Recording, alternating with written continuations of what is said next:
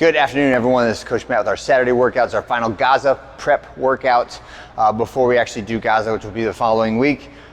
So today, let's begin with 2 rounds through, 200-meter jog, then come back for some pogo hops plus single leg hops. So I'm gonna do 1, 2, 3, up to 8. I'm gonna immediately switch to 8 on the right, 8 on the left, just little jumps, but try to be reactive and bouncy.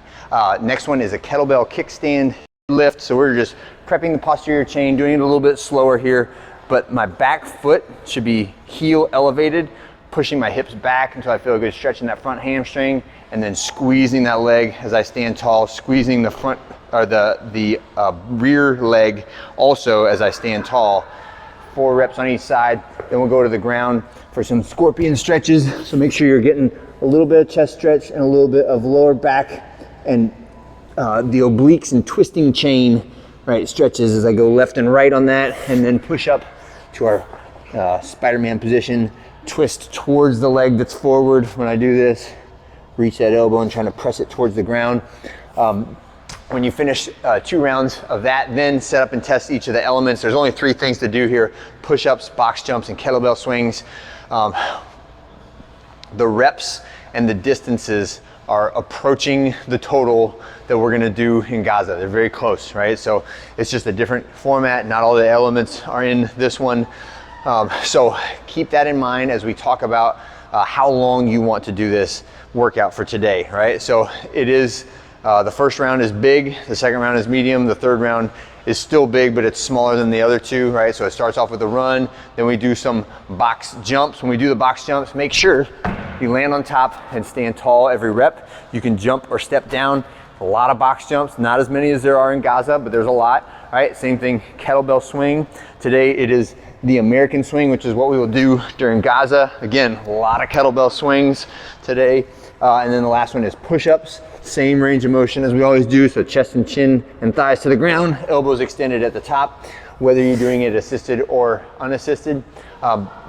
So think about the amount of time and the volume that you are comfortable with doing today, and then try to stretch yourself a little bit, right? So what I don't want to do is take someone who's brand new to working out and just throw them into the fire in this workout.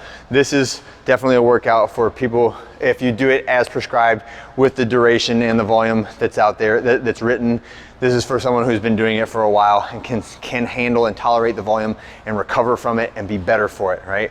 If that's not you, then make sure that you are talking to the coach, applying some scaling, doing it in an AMRAP format. Let's say we just get as many rounds and reps or as we can get in 40 minutes or 30 minutes, or partner with somebody to split up the reps, cut down the duration of running, maybe alternate some rowing, running, biking, or other options to do with this. But let's get a good workout, try to hit all those movement domains, but make it appropriate for you wherever you're at today. And then again, just try to stretch a little bit, whatever it is. Like say, like I'm comfortable with doing 30 minutes, so maybe make yourself do 35, right? I'm also a big fan of periodic check-ins or little way stations within the workout. Like do that first round and then check in with the coach. Say like, okay, I feel like I'm pretty good, I can keep going, or like, nope, there's absolutely no way. I am done with the workout and I am cooling down now, right? So give yourself a reasonable chance on the workout, but then also listen to your body. Don't do anything that's crazy and destructive to yourself. We do want to be better after we get done with this, right? We don't want this to be a continual downward slide of just grinding yourself into the dirt before we try to do the actual Gaza workout, okay? So make sure you're being smart about it. Talk to the coach, communicate with us, and have a great workout. Any questions, you guys let me know, and I'll see you for another week of training next Monday.